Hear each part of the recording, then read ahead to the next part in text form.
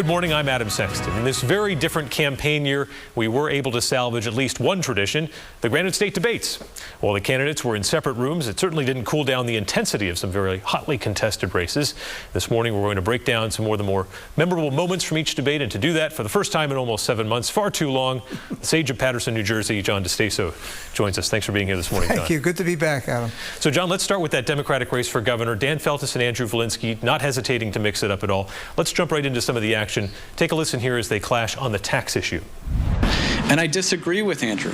I don't think we spend the right amount on schools. I think the state should step up and spend more on our schools. I think the question was, how much in the loopholes would you develop? I think well, Andrew, a lot more than you're shuffling around property taxes. Actually, it deals with the problem as the experts indicated last week. So how much will you develop for the budget for schools with closing your loopholes, and why haven't you closed them till now? We did close them. We dedicated over $200 million. Hey, by the way, it's one thing to litigate an ed funding case. It's another thing to deliver ed funding. So we saw a much more combative Dan Feltus in the debate. Everyone took note. What does that tell you, John? Well, it tells me that this race is close. And I think recent polling, being what they are, indicates that indeed it is going to be a close race on Tuesday night. This has been a major point of contention between the two. Obviously, the tax issue. Andrew Volinsky, for the first time since 2002, a Democratic candidate not taking the so-called pledge to veto broad-based taxes. Dan Feltus doing so. And again, interesting that Dan Feltus would kind of attack Andrew Volinsky on education funding and actually saying that he wants to fund it too little, since it was Volinsky who won the case many years ago that resulted in the many years of haggling and the ruling that the state needs to add more funding to the education of our children in public schools. Yeah, a race to the left at this point in this one. Sure. One of the more newsworthy moments of this debate came during the questions on the Black Lives Matter protests and social justice movements. The candidates were asked if they'd commute the sentence of New Hampshire's lone death row inmate who was given the death penalty after shooting and killing a Manchester police officer in 2006. Here's what they had to say. I think there is a process in place with the Executive Council and the governor. If the council voted to commute Addison's sentence, I would approve that. Senator, as governor, would you? I agree with Andrew and that process. Look, you put it before the council. We repealed the death penalty.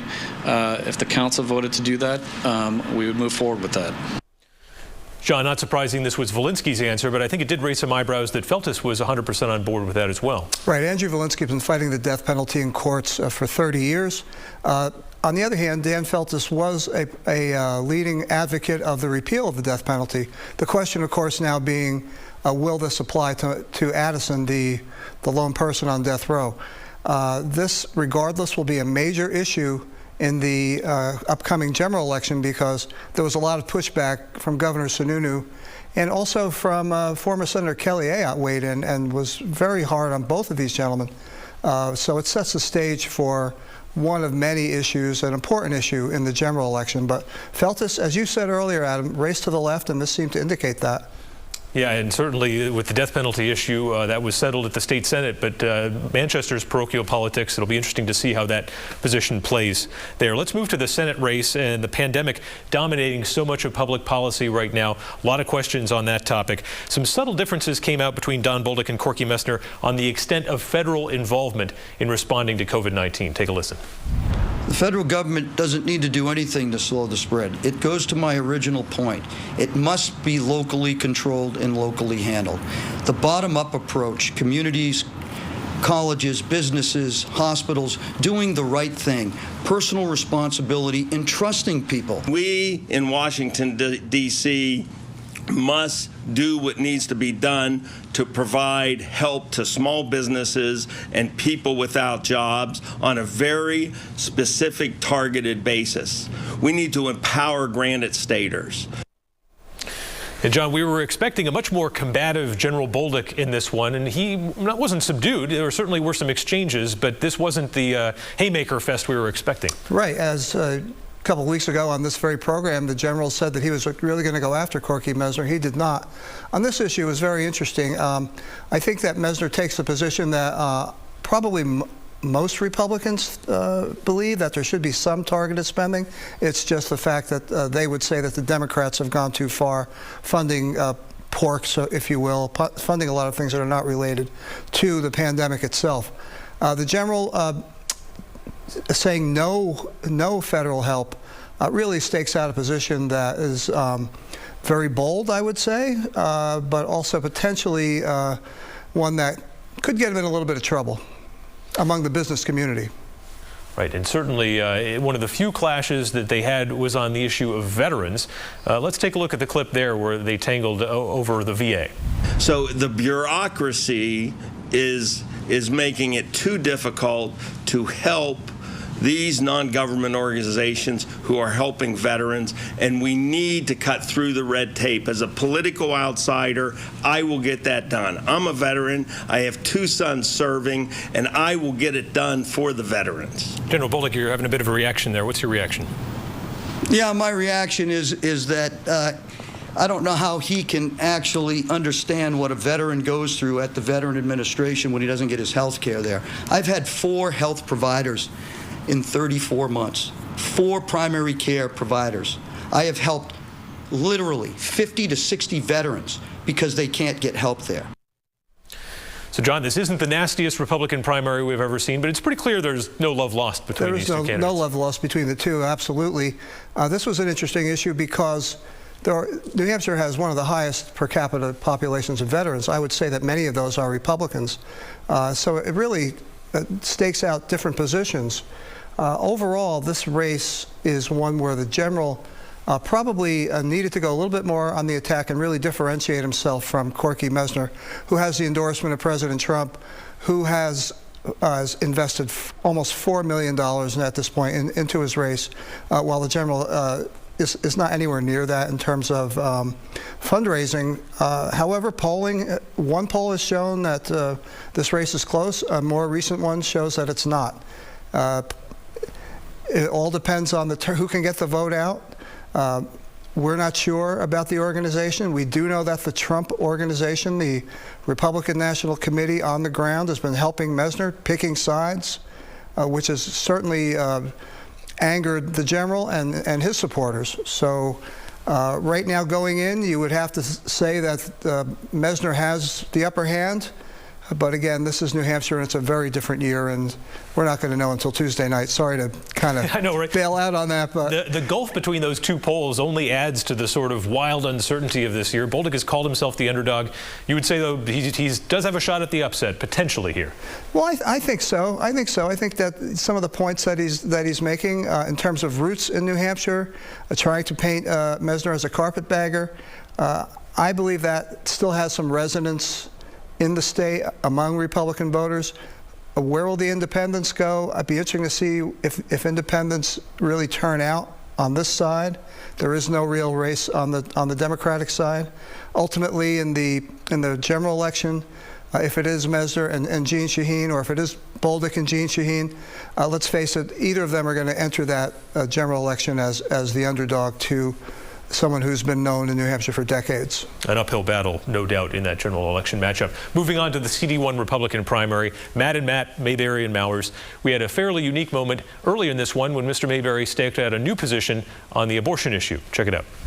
During this campaign, I've actually become, through faith and prayer and conversations, more conservative, where Mr. Mowers has gone from being strictly pro-life to now allowing exceptions and now introducing the bargaining chip of common ground on rape and incest. Mr. Mayberry, that's time. We have the same position.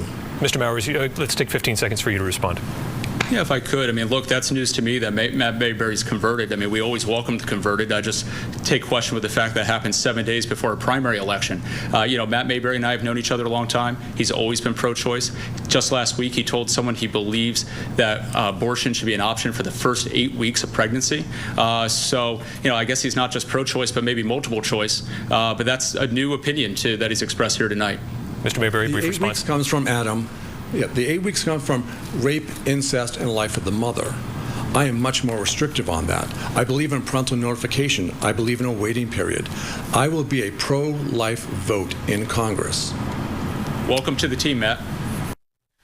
So, John, this is a tough one because now Matt Mayberry has potentially alienated whatever pro-choice Republicans there may still be out there, and pro-life Republicans might be reluctant to accept this conversion.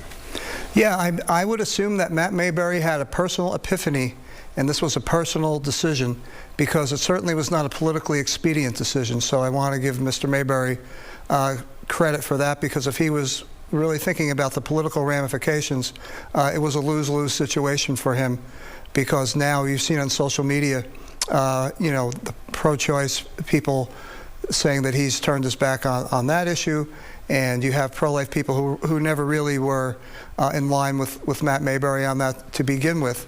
You know, Mauer's line about multiple choice, I think, you know, was a pretty good comeback on his part. So will there be voting based on this issue overall? That is the bottom line question. It's a point of distinction, it's still a point of distinction. Throws up a question about Mayberry. In the end, what will this race be about? I think it's going to, again, be about Mayberry trying to say that he is the New Hampshire candidate, as he's been saying all along, and painting Mauers as, again, almost like the other race, a carpetbagger, a New Jersey, banish the thought, a New Jersey person who has come up here just to you know, advance his political career and his political fortunes. Again, let me just add, Adam, that here we are, again, with the Trump endorsement, a major factor. This one goes to Mauers. So Trump voters, you know, if they follow the president's endorsement, will be voting for Mauers. He has more money. But again, Mayberry has the New Hampshire roots, so it's interesting. We'll see. We saw some tangling in the 2nd District debate as well between Steve Negron and Lynn Blankenbecker. Here's a back and forth over campaign finances. You can see by Mr. Negron's campaign budget that he's $300,000 in debt, and so he clearly is not as fiscally conservative as he leads us to believe. Mr. Negron, you get 15 seconds to respond. Sure, Adam. Well, you know, this is normally we get attacks from Democrats in a primary. Now we're getting attacked from our own party. You know, this is the issue, right? That money is money that I lent to campaign. That's my personal resources. She wants people to believe that I owe that money to anybody else. The person I owe that money to is myself. But she's been doing this for the last 3 months. It's not getting any traction, and it's just a sign of a desperate campaign.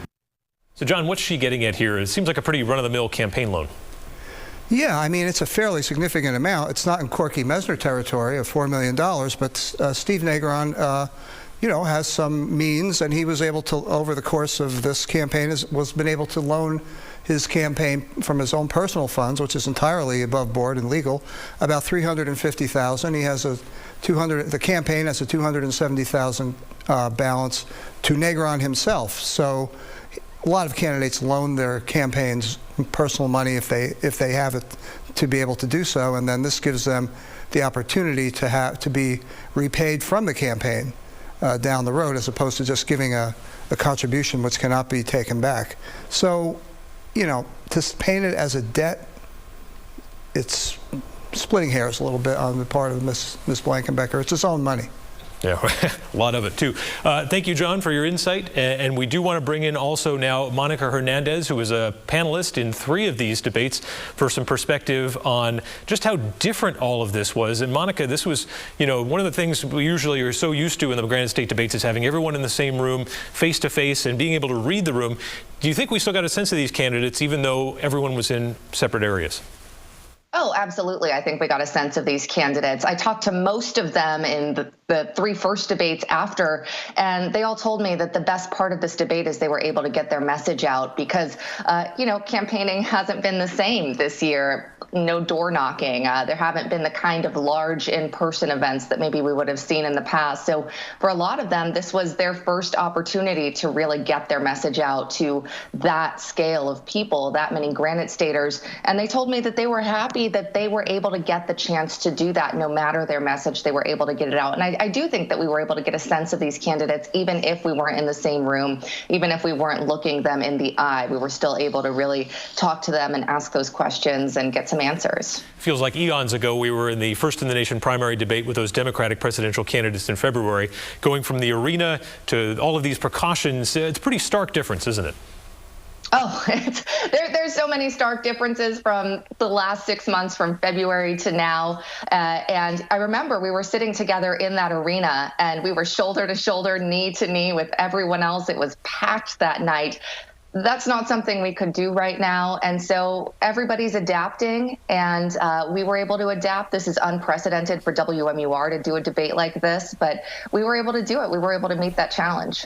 Awesome. And I think it went pretty well. Maybe, hopefully, we're going to get back to in-person for this general election, but we'll see. Monica Hernandez, thank you. John DeStaso, thank you as well for all of your insight.